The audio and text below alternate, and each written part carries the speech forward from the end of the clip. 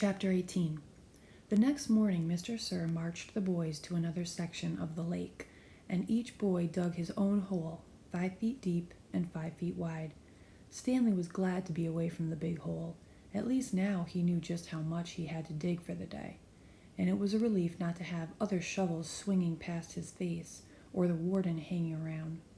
He dug his shovel into the dirt, then slowly turned to dump it into a pile. He had to make his turns smooth and slow. If he jerked too quickly, he felt a throbbing pain just above his neck where Zigzag's shovel had hit him. That part of his head between his neck and ear was considerably swollen.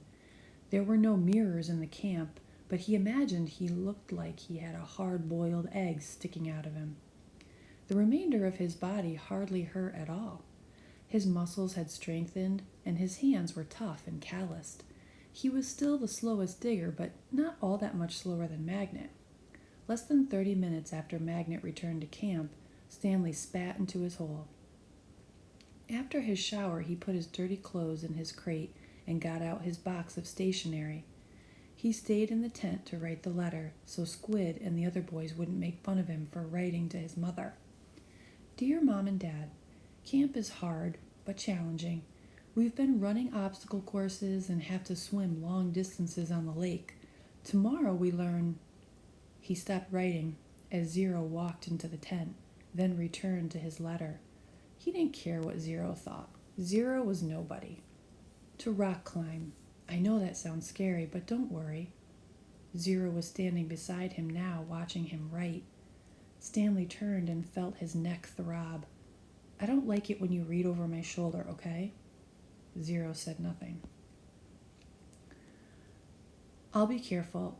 It's not all fun and games here, but I think I'm getting a lot out of it. It builds character. The other boys... I don't know how to, said Zero. What? Can you teach me? Stanley didn't know what he was talking about. Teach you what? To rock climb? Zero stared at him with penetrating eyes. What? Said Stanley. He was hot, tired, and sore. I want to learn to read and write, said Zero. Stanley let out a short laugh. He wasn't laughing at Zero. He was just surprised. All this time he had thought Zero was reading over his shoulder. Sorry, he said, I don't know how to teach. After digging all day, he didn't have the strength to try to teach Zero to read and write. He needed to save his energy for the people who counted.